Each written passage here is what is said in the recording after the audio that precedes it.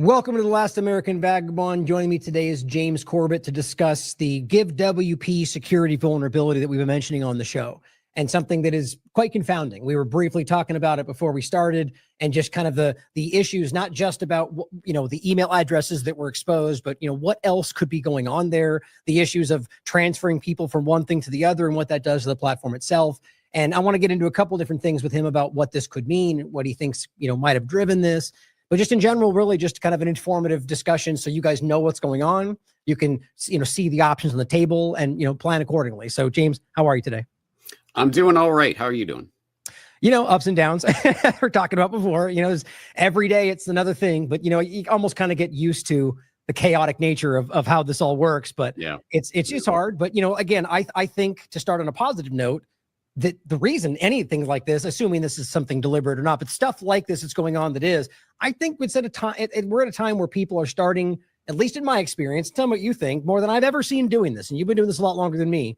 People are asking questions. People are skeptical of things, like even in the partisanship. And I just think that's an important thing to recognize. There's a lot of, it feels bad because I think we're in a point where the system doesn't like what's happening. And so it's making it feel crazy, but I'm in a weird way hopeful in how things have been going, I hear you. And I share that quiet optimism, because I do certainly see that there are more people that are more aware of more issues than I have ever seen in the couple decades I've been doing this, at any rate. And that is something. And we shouldn't, I know it's easy to dismiss or poo-poo that or go black pill and who cares, it doesn't matter. But I think it does matter. And it's actually a point I made on New World Next Week last week.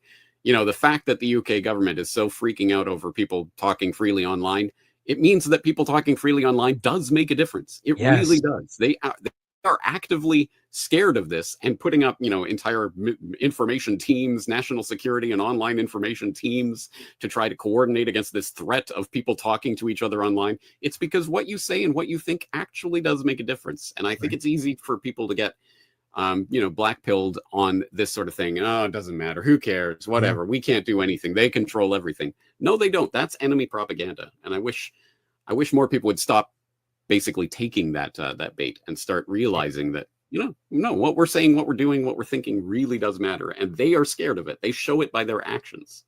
Well, and I totally agree. And what I've been seeing lately, how does it not feel like, look at it this way.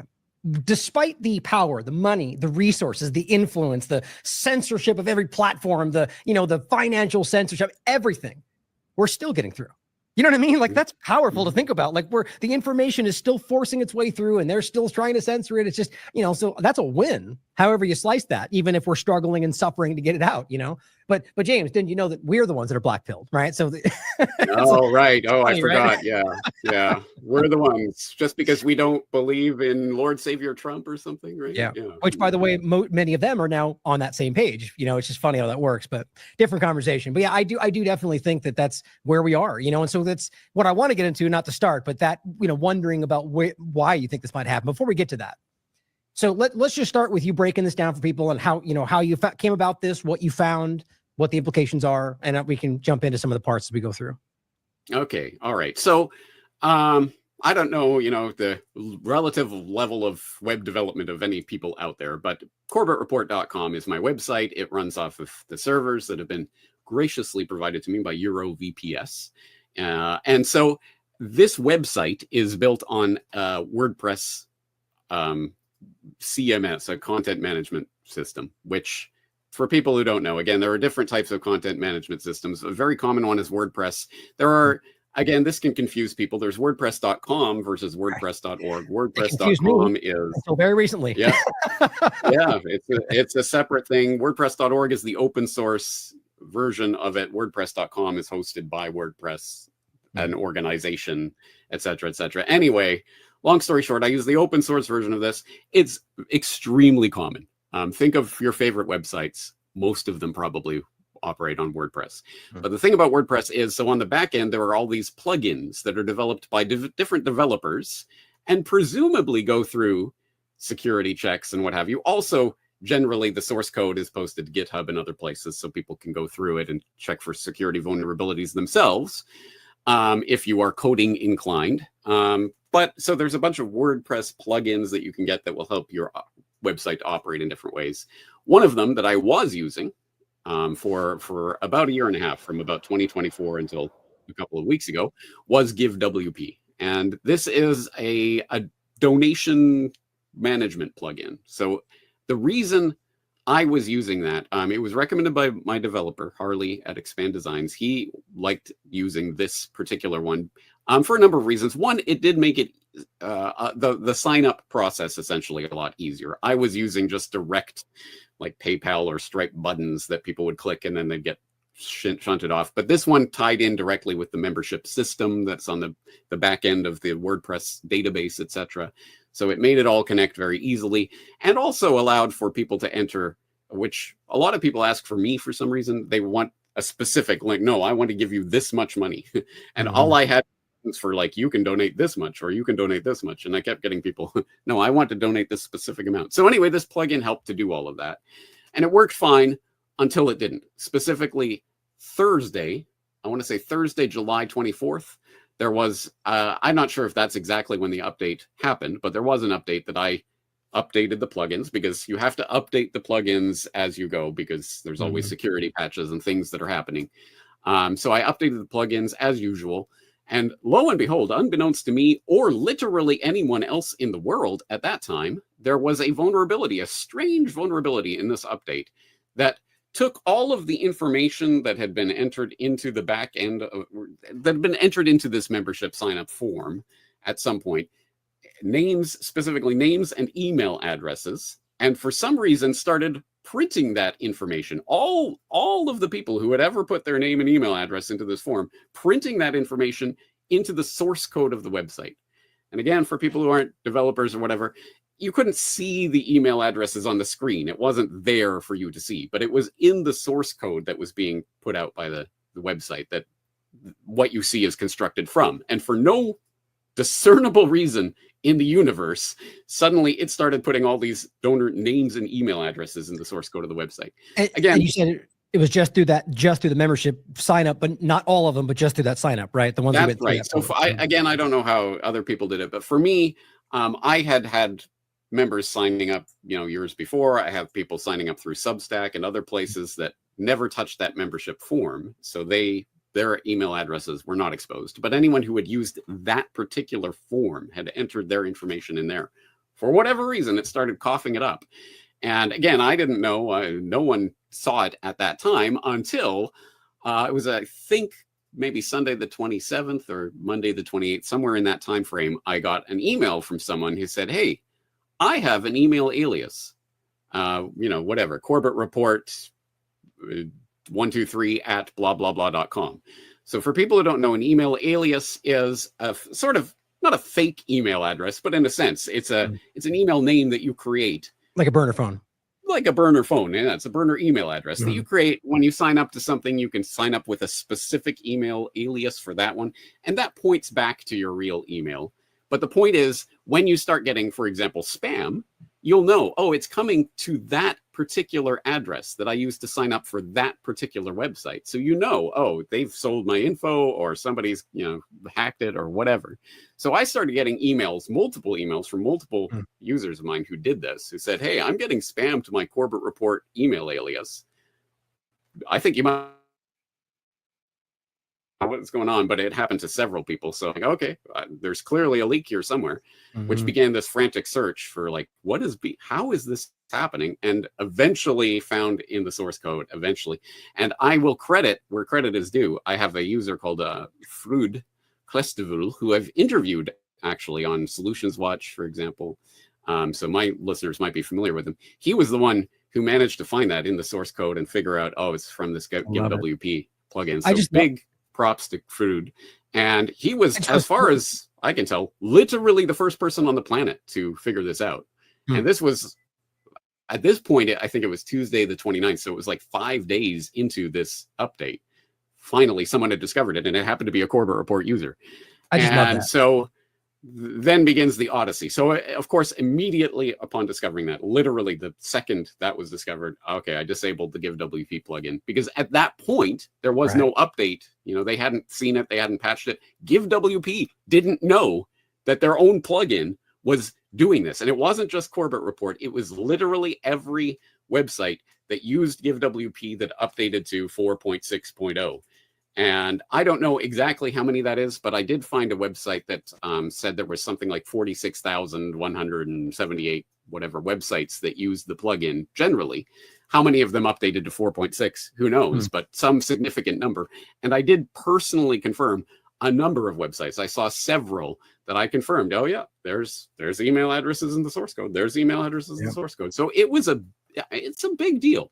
And one of the interesting things about this to me is that, okay, I get the average person just out there, like maybe doesn't know or care or understand the implications of this, but like surely these, the Hacker News websites and Tech Dirt and places like that would be interested in a story like this. This is a pretty big thing. It's not as big as it could have been. There was no financial information or passwords or anything like that, but it is names and email addresses, specifically of donors.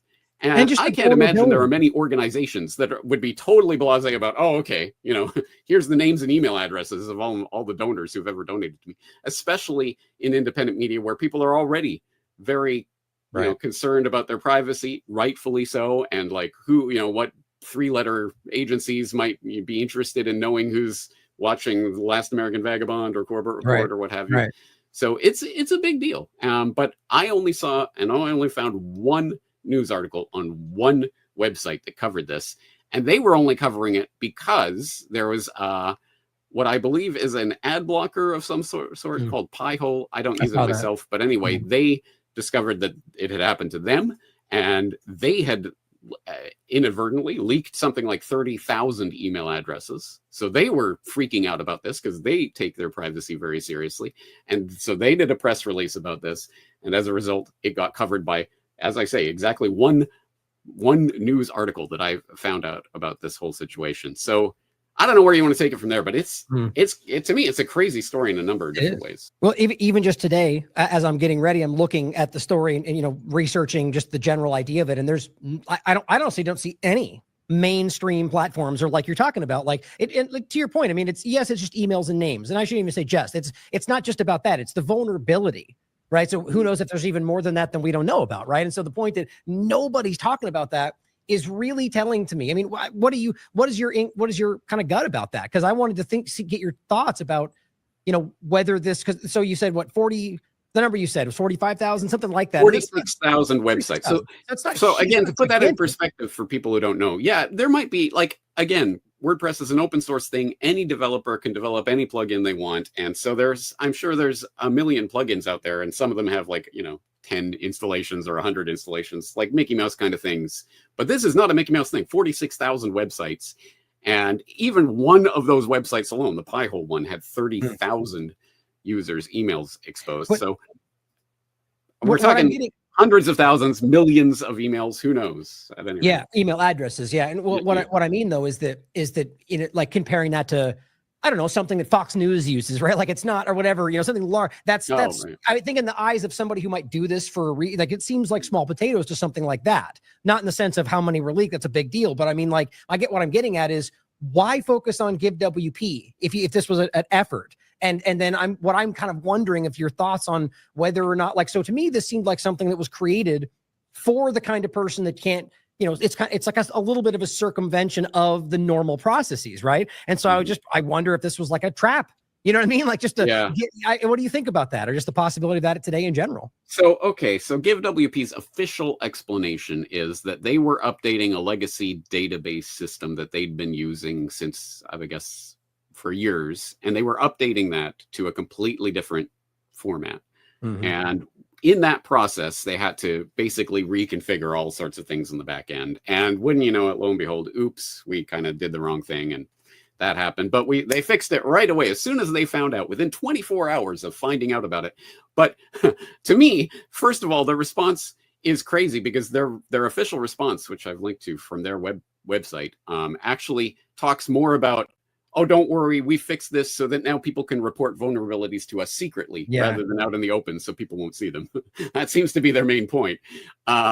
It's crazy to me. But also, I mean, just the fact that it had to be some third-party person, in this case, a Corbett Report member, who managed to find this and then report it to them. That should be kind of a big deal in and of itself, because that means they are not checking their own updates for these kinds of critical security flaws. And that's a huge shout out to and this goes beyond even just your, fantastic audience, but like, this is something that I've emulated in my platform, is just the idea of, open source investigation. Like, I love that. That's what I was saying earlier. I just really think that's worth noting on. That's what you've cultivated, like this group of people that aren't just passive, that are out there looking and checking. I think that's fantastic. And I think that's, one of the reasons why where this direction is right now is making power structures uncomfortable. But, what's funny is it says, what's worse is that we didn't communicate it well, and we're owning that. I just thought that was funny. That it's, like, wait until that's sort of retro, active after the fact doesn't really make as much impact. But and specifically what they're talking about there is the GitHub thread that was opened about this issue. That was brought it to their attention, right? That one. And in that one, they're like, oh, okay, well, we took care of it. And so it's only been like 4 hours since you let us know about it. So what's the big deal, guys? Why are you getting all pissy? So I think they're trying to cover their tracks on that particular. And that's why they say, oh, now we've opened this new channel that people can report bugs to us directly. You don't have to go to like places like GitHub, where we'll see that we've made a major security violation here. Because if it weren't for the Corbett report and that computer website and Last American Vagabond and Piehole, I guess, would anyone even know that this happened? I mean, because I have heard from a lot of the people that were, unfortunately, their emails addresses were exposed, who said, yeah, I have definitely seen an uptake in spam since this happened. But for everyone, see, this is another great thing about the audiences that we've cultivated, is that people not only know about email aliases, but use them precisely for things like this, so that they can come and tell me, hey, your website is leaking data. Wow, thank you. Awesome. And if it weren't for that, who knows? How would you ever know, oh, I'm getting more spam than usual? It must be because of some plugin on the back end of Corbett Report or whatever, right? Yeah. Well, so in regard to, so where at the moment it has been updated, right? So at least what we're being told is it was only emails, names, and I think the ID number associated with the donor, but other than that, no passwords, no vulnerable, and they have updated. So at the moment they're claiming there's no more risk, but where do you feel like that's going to be going? Like, do you have it? Let me ask you, like, point blank or just specific. Do you think GiveWP should be not just responsible because they clearly weren't looking, but like, do you feel there's any more potential? Again, do you think this is something that's patched up in that regard, that only is, was it laziness in your mind? Do you feel like there's more to the story? Just, I guess, to make it broad. Okay. 100% speculation here, because I do not have any inside skinny, but my web developer was at least contemplating the idea that this was some sort of deliberate sabotage from within. It's at least a possibility, because certainly when we discovered it, I mean, my jaw dropped when I figured out, oh, it's this plugin is literally printing it to the source code. Like, again, that is not a minor thing. Yeah. That's the most, essentially, that is the most sensitive information that GiveWP specifically is collecting, because all the financial information is going through Stripe or PayPal or the payment gateway. So I don't think GiveWP even has that information. Essentially, the most sensitive information it's getting is names and email addresses, and it just barfed it all up. But how does that even happen, too? Like, how does that end up? I mean, I'm not an expert in this field in regard to coding in general, but printing the email addresses on the source code, like, is that? Do you know enough about it to know whether that's something that's even, like, how does that happen accidentally? That seems very strange. I am not enough of a coder to understand if that is likely to just sort of randomly happen. Again, according to them, it's something that was supposed to be happening on the back end, but oops, it got printed and basically published to the websites. But I don't know. Could it have happened, just stupidity and incompetence and whatever? I think it's possible. But could it have been some sort of deliberate thing on the inside? Maybe that's possible too. And I had heard, but I haven't been able to confirm this, that there was some sort of management swap or takeover or something that was happening with GiveWP, and there might have been some disgruntled employees. I haven't been able to verify any of that. So if that's true, that might add another layer to this story. I don't know. But anyway, is it possible that this was some sort of deliberate thing? Yeah, it's certainly possible. the other part that I wanted to talk about is the spam aspect of it. Is it, like thinking in a broader sense, like I wonder, like, here's what's interesting. The fact that this took your audience to show that, like I guess the reason it's even being discussed by us and literally nobody else, it's possible there's plenty more of these happening that aren't being highlighted, aren't being discussed. So my worry in that is here's what I'm dealing with every day. And we were laughing before we went on that in Corbett's video about this, he makes a joke about, the emails he sent out about this, but it probably went to spam. Literally the one he sent me went to spam. I showed him today a little spam marker on it. It's like, this is just funny. The point is that in my world right now, I'm almost gravitating away from email in general because it's so impossible for me unless I know what I'm looking for. And even then, half the time I don't even see it in spam when I look for it, blah, blah, blah. It's just so muddled together. And I don't think that's by accident, personally. I think TLAV has been blacklisted in all these places. My point is that it gets to a point to where one of the most used communication tools starts to become hard to use. And I wonder if there might be some level of that direction because, like some people might not even care. They're like, well, I already get a bunch of spam. So we'll go in there. No, I've heard that from a lot of people too. Yeah, my email's been leaked many times, whatever. So unfortunately that is true. And again, for people who've never tried to maintain a mail server, man, just trying to get it a compliance with all the million rules so that you don't get marked as spam is an ongoing struggle. And that's just me doing just regular sort of email. I mean, I'm not out there trying to email, thousands of people at a time. I use Substack as my email list, essentially. And so they have to handle the problem of sending out emails to thousands of people at a time. However, again, it's a pay for play system like everything else. If you're a big organization, a big company, a big corporation, you can probably afford all that dedicated IT team to keep your mail server functioning in a way that you can send emails out on that scale. But I'm not. So the big irony here. The spammers, of course, scraping websites at all times immediately found us and immediately started spamming the email addresses. But me sitting here I'm going through and I'm emailing every single person whose email was exposed. And I have to do it one by one because I'm not going to send out a mass email that's going to end up in people's spam if it gets delivered at all. And I'm not going to take all those email addresses and put them into some other, newsletter service or something in order to send out a mass email, because again, I'm not going to give people's information out a second way, a second potential exposure. So I'm doing it the manual way. And that's the difference. That is exactly the whole dynamic here. Again, if you're a big corporation that has dedicated IT teams, you can handle things like this a lot easier than us fly-by-night independent people who are doing it literally by ourselves, or in my case, I have a web developer, but it's a huge battle. Right. And that's kind of the kind of extension of the point is that, it's not designed, like it's almost meant to be. I mean, it's 2 steps back, 1 step forward, or rather, I guess 2 steps forward, 1 step back if we're making progress, but it's clear that it's, just overly complicated. And so where I come into it, I didn't even hear about this until Brock had to reach out to me because I didn't see James' email. Same thing, by the way, different email, and ended up seeing this after it had already updated to force the new one where they claim there's no issue. And so I at the moment, at least as it seems, I'll be talking to James more about this after. Doesn't seem that I can even access the emails that were manipulated, so it's just this, where do you go forward from here, James? Like especially with where, so right now, especially with TLAV having a huge portion of the donations coming through here, like what do you recommend people go to? Other than the things they already have, like the options, like, is there another avenue that you would recommend for somebody, or what do you think? I mean, there's not, this is the big problem of online communication at all. If you want to do this, how are you going to do it in a way that isn't going to expose one of your email addresses to the potential vulnerabilities? And I've had a lot of responses from people, very kind responses from my listeners who say, hey, I appreciate the integrity of you admitting this and getting in touch with me.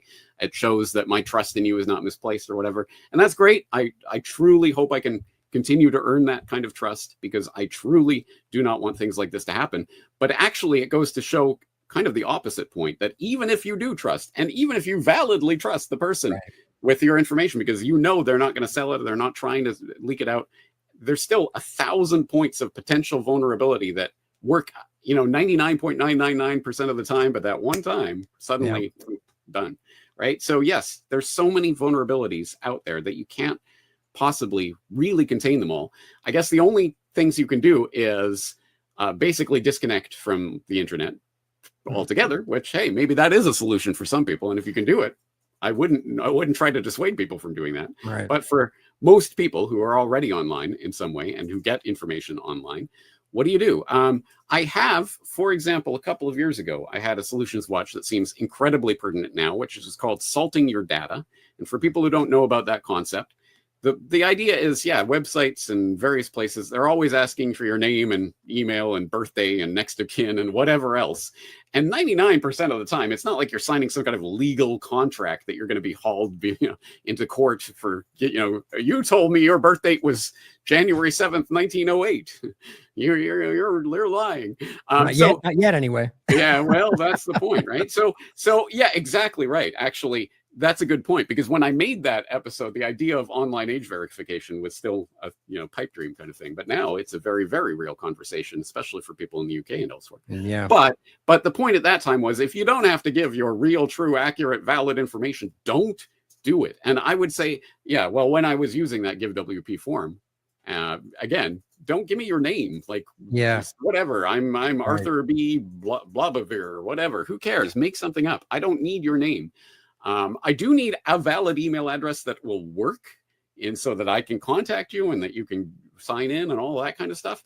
But even then, again, so that's why the very first solutions watch after this whole kerfuffle was on email aliases, how to set up an email alias. So I talked to Hakeem Anwar of Above Phone, right? Because again, this is a simple thing that actually only takes a few minutes, really. And he demonstrated exactly how to do it on the screen there. So it can be done, and it should be done. And again, that's one of the things I'm so glad about, is I have the audience that, actually I have a fair few number of people who actually did this, but hopefully more now, people who know to set up an email address, an email alias. Why? Precisely for things like this. At the very least, number one, that when you start getting the spam to that email alias, you start knowing, okay, so something happened with that website, or they're selling my data or something.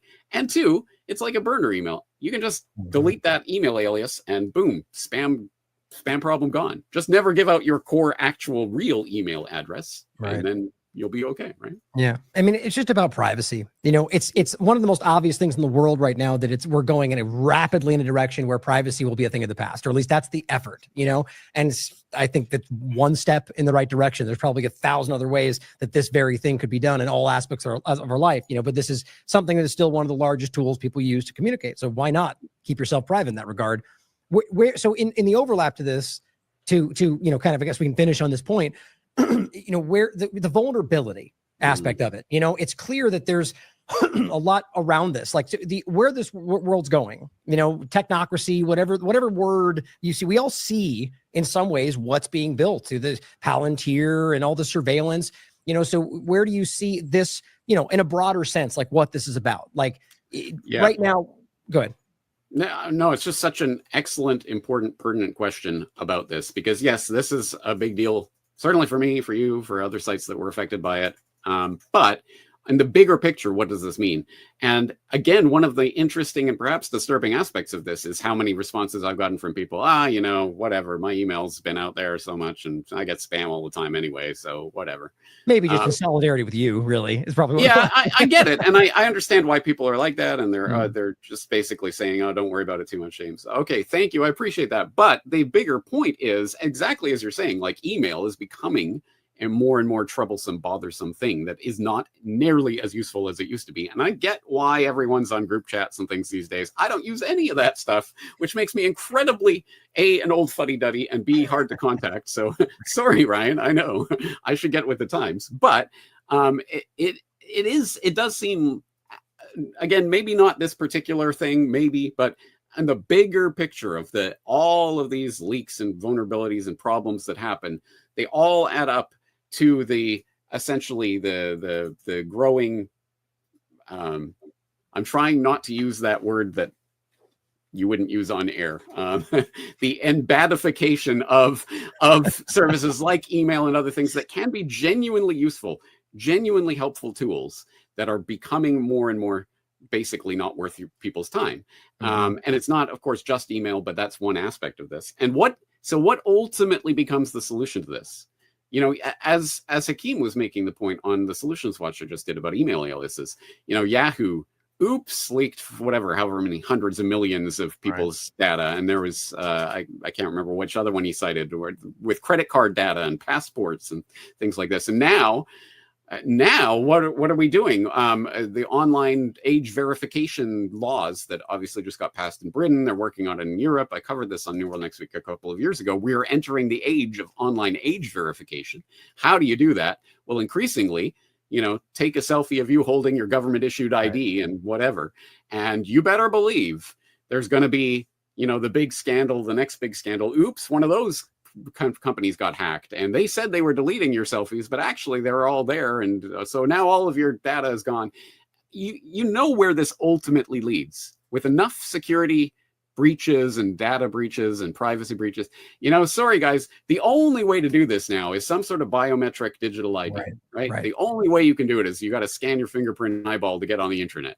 That is where this is ultimately heading. And that's why I think we need to present the alternative to all of this, which again is, to the extent possible, using privacy protecting tools and salting your data and email aliases and everything else we can think of to make it so that people are not putting their personal lives online. Right.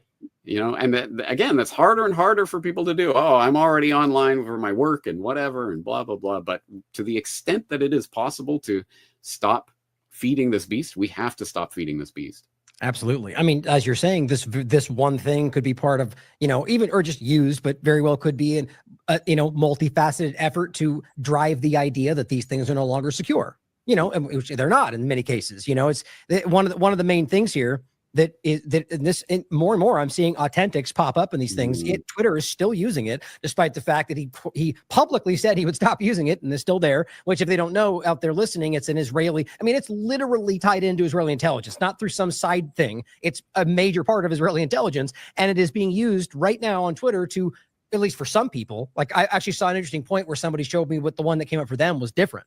To me, I do it I check it all the time. It still says, check here to approve that authentics can take your biometrics and hold on to them for a period of time. And they, at this moment, they still don't even need that for signing for Twitter. Yet it's happening. And I saw it for other platforms popping up. And it's not just about Israel, but it's about where it's going and the scooping up of this and the scooping of all the data they can get their hands on from everything US. It's like the Palantir element of it all. Like, it's very rapidly going in this direction. When do you think that shoe is going to drop? The idea where it's like not just digital ID, but like this is the new norm kind of a thing in regard to going into a store, or, this kind of stuff, like China. Do you think that that's close in this country? Yeah, well, I've been talking about this on New World Next Week with Pilato for, I don't know, 15 years now. So people are probably sick of hearing about it, but I really do think that the stage has been set for the digital Pearl Harbor. I think at this point, there still needs to be that punch in the Facebook, as Pilato says, something that's actually that we need to update that, because no one uses Facebook anymore, right? But but the point is, like, I still feel they need that shock and awe moment of, oh my God, look what just happened, to get everybody on board. I think for the last couple of decades, they've been trying the inching towards just more and more and more and more, putting, more of this, normalizing this sort of stuff. But I still, at this point, if they wanted to do it tomorrow to get everybody to have to like face scan or whatever to get online, I think there'd still need to be that big event. Maybe not, because as we are seeing again right now with the UK, to get onto Reddit, I guess, on the UK, or at least certain subreddits, people are like having to show their government ID or take selfies or whatever. For Reddit? Like, what is going on? And of course, this is about the normalization of essentially giving up all your personal data in order to access websites. And again, I just see so clearly where this is going. There's going to be some kind of big breach, some kind of amazing, like, oh my God, all these people's records just got leaked and is all their data and everything. So we need now the digital ID. That's it's so obvious where this is heading. And that's where all the infrastructure is. Again, Like, it's like back in whatever, 2009, when I did the medical martial law podcast. It's not because I'm some sort of Nostradamus. It's because they'd been, by that point, already setting up the infrastructure for medical martial law for at least a decade in terms of the institutional legal infrastructure for it. Well, now they've been working on the digital ID infrastructure for a couple of decades. I remember reporting back in, I think, like 2008 or something like that, about digital driver's license for the internet. This was a phrase that was being slung around by Microsoft VPs and people like that, talking about, we're going to need some sort of driver's license for the internet. I remember the Obama White House was doing trial runs of government issued digital ID back in 2012 or whenever it was. So this has been in the works for a long time. The only question, I mean, it's not a technical question at this point. The only question is, how do they get people to adopt it en masse? And they're trying it already in the UK and the EU and places like that. Maybe, I'd like to think, people in America are still stubborn enough and still have at least the idea of sort of freedom and privacy and stuff. Maybe there's enough of that it would require a spectacular false flag. But if that's what it'll require, do we really think they wouldn't do it? Yeah, right. And I think both our audiences are already well aware that's the most likely thing in this conversation. But the last thing, when you say, for those that may not know, which is probably few and far between for both of our audiences, but digital Pearl Harbor. We end with that. What do you mean by that? And what would that look like? However you want to go with that. Because I think that's important. So what's the citation on this? It was the Half Moon Bay Technology Conference. I think it was 2007 or something along those lines. I've cited it so many times that now I forget these specifics. And it was Lawrence Lessig, who's the Harvard IP lawyer, whatever, law professor guy, who was talking about a conversation that he had. And it was, I believe, shortly after 9/11 and the Patriot Act and all of that. And he was talking to Richard Clarke, the ex-security intelligence czar of Clinton and then Bush, who was the intelligence czar at the time of 9/11, who, by the way, years later, told Duffy and Novoselsky about that story about how he was being deliberately deceived by Tenet at the CIA about what they knew about Al-Hazmi and Al-Maidar, whatever, the 9/11 hijacker patsies. Anyway, whole other digression there. But Lawrence Lessig was talking about this conversation he had with Richard Clarke, where he said, like, so, do you have some sort of Patriot Act equivalent for the, some sort of intranet event? And Richard Clarke said, yeah, of course. It's on the shelf. It's ready to go. In the event of the, I Pearl Harbor, there will be the I Patriot Act. And they have it all, in the same way that they didn't just come up with the Patriot Act, all several hundred pages of densely worded, legalese referring to all these different sections of U.S. code and everything. They didn't just whip that up in a few weeks. That was ready to go. And in fact, Biden actually bragged at one point about having essentially, not written it. Of course, he didn't write anything, but having essentially tried to forward it back in the Clinton days. Anyway, so that was already on the shelf and ready to go, of course. And then when 9/11 happened, boop, here's the Patriot Act. And oh, by the way, there's this anthrax thing. So you're going to close down Congress and you better vote now and you don't have time to read the bill, just pass it. Well, that's exactly the blueprint. And Richard Clarke even said it and admitted it. Yes, there is an I Patriot Act that's ready to go in the event of the next I Pearl Harbor. So we know this already exists, and who knows what's in it? I mean, Lawrence Lessig never, if he asked Richard if Clarke said anything about it, we don't know. But so who knows exactly what's in it? But you got to believe there's going to be essentially the crackdown on the internet, which, of course, powers that shouldn't be have been lusting after essentially since the internet or the World Wide Web came along and started offering us this Gutenberg 2.0. Now, because I have studied the bigger picture of the history of mass media and the media matrix and my online mass media course, I know that ultimately censorship is not going to win out over the technology. That's not how it worked with Gutenberg 1.0. Yes, absolutely. Kings and popes and tyrants of various sorts tried their best to essentially put the cork on the bottle of the Gutenberg Revolution. But they were not successful at that ultimately. It worked for a time in various places, but it didn't work forever. And, licenses to print, to run a printing press and things like this, it worked for times, but not forever, because you can't really put the cork on that technology once it's out there. So I'd like to think that this Gutenberg 2.0 yeah, they'll try to censor and keep people off of these platforms and things, but there will always be cracks in the system. There will always be ways around it. And, you know, Quartal and whatever, a million other ways of essentially using the internet for what it's actually supposed to be for, peer-to-peer connection, will exist, will continue to be developed, will not easily be suppressible.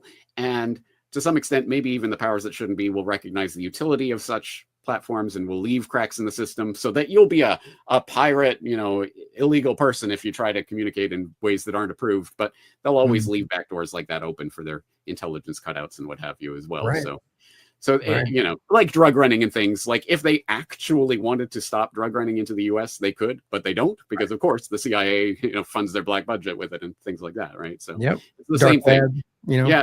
Like crypto and other things. Yeah, if they really wanted to absolutely crack down on it, they could, but they don't, because they want to use it for their own purposes. So I think those cracks always exist. You'll always be a pirate, you know, and on the run from the law if you're, you know, in those spaces, but those will always exist. So I don't think they'll actually be able to cork the bottle. But then again, also, as people know from the Gutenberg 1.0 revolution and what ultimately happened, the thing that ultimately happened is that the technology became so capital intensive and so, you know, so out of the reach of just an average ma or pa to run their own personal printing press. Suddenly you've got these corporations running these massive newspaper syndicates, and it gets corporatized, and then you get the oligopoly, and then you have the gatekeepers and all of that. That's, I think, probably the model that may work for Gutenberg 2.0. And we've already seen it to some extent as everybody starts to pile on to the same handful of websites. The internet now is YouTube and Instagram and Meta and X and whatever. That is the internet to a lot of people. And to the extent that that PSYOP has worked, it's, well, that's the end of the internet revolution to whatever extent it existed. Luckily, our audiences, obviously, are not, you know, totally in the grip of that PSYOP, but a lot of people are. Yeah. And well, hopefully they're out there doing, which I know they are, doing the same thing, talking to people, sharing information, which is the whole point, right? I'll include this since you mentioned, you know, the word, the other term for another time, algocracy is where we're going in the future. You know, it's clear this is kind of the direction. And I'll leave you with, you know, I mean, you've mentioned this yourself, but what we just discussed there at the end, let's not forget that, you know, you got PNAC and, you know, the new 9/11. We've also had Trump, who in his first term made it clear we need another 9/11-like event. He said that on record, you know, and so it's not new. Or what, I forget her name off the top of my head, that blonde lady in front of Congress that kind of said the same thing. You know, it's clear that, you know, I think that's what it's pointing to. And whether that's a written out plan that the current administration is planning out, or it's something that's on a shelf somewhere, it's very clear that there is a building momentum that way. And so, you know, things like this is, you know, if you're out there thinking this is a small thing, like recognize that this is, I think, one part of a much larger thing happening, even if it's just, you know, random things popping up that are being used. So thank you, James, for, you know, forcing this into the conversation that people don't seem to want to talk about, because I do think it's important that we do our best to make sure these things are tied up and that we're, you know, privacy. It has to matter. Don't get that mindset out there where it's like, well, like James was saying, they already got this, they already have my phone. You don't know that for sure, right? You do everything you can where you can. That's how also, also let me address that, because sometimes, again, people kind of get black pilled or doom pilled on this sort of thing and just go, well, you know, they're going to find it one way or another. But even if that's true, even if the NSA or, you know, whoever is looking at the trunk line of the internet truly can see everything and monitoring you and trying to expose you, okay, even if that's the case, there are still just garden variety criminals and, you know, people that you should still be protecting your data from, right? Good point. Yeah, right. So hackers and, you know, exactly. So just be careful as much as you can be. And let me also clarify, yes, I stopped using the WP plugin. I have a new plugin that's managing the membership form on the back end right now. So I have a new membership sign up thing at my CorbettReport.com. If people are, you know, reticent about all of this now, I understand. But if you want to continue to support CorbettReport.com, again, I am doing my level best to make sure that this absolutely never happens again. And I'm implementing new checks for every time I run an update to plugins and other such things that I think might be a good way of at least determining if something is leaking. But anyway, I have a new membership form, a new sign up thing. So if people want, they can go to CorbettReport.com/members and support the work. And hopefully, again, support the independent media that's fighting the uphill battle against the Goliaths of the world. Yeah. You know, and honestly, I would just recommend, at least for me, I don't know if I believe you probably have something of the same. Go go snail mail, go the other direction. That's where at least I'm at. A lot of people are going that direction. That's how, ultimately I think it's important that if this does, don't be scared away, keep supporting James, right? That's the important thing, is that the support. I honestly think some of these things can be just like that, to sort of, like I said earlier, I think off the air with James, when Patreon happened with Whitney and I, it's, you follow over and you probably retain like 20% of the people that were donating there. And I think that's kind of by design, because I get it. People get frustrated. They don't want to go through it again. And, so just don't let them win. That's the point. Keep fighting out there. But thank you, James, for coming on. I appreciate all that you do, man. And I look forward to talking to you in the future. Well, thank you, Ryan, for being one of the 3 outlets in the world that are talking about this now. Anyway, we'll keep letting people know this happened. Anything you want to shout out before we leave? Upcoming events or? I think that's it. It's August here in Japan, and it's getting to the sweaty, uncomfortable weather. So I am going to be probably taking a couple of weeks, not off. I'm not going anywhere. I'm not doing any vacation stuff. I'm going to be working behind the scenes, but I will be probably posting less in the next few weeks. But anyway, people can stay tuned to Corbett Report, because I have some pretty interesting and important stuff coming out next month. So I hope people will stick around for that. All right. I'm sure we'll be talking about it. So as always, everybody out there, question everything. Come to your own conclusions. Stay vigilant.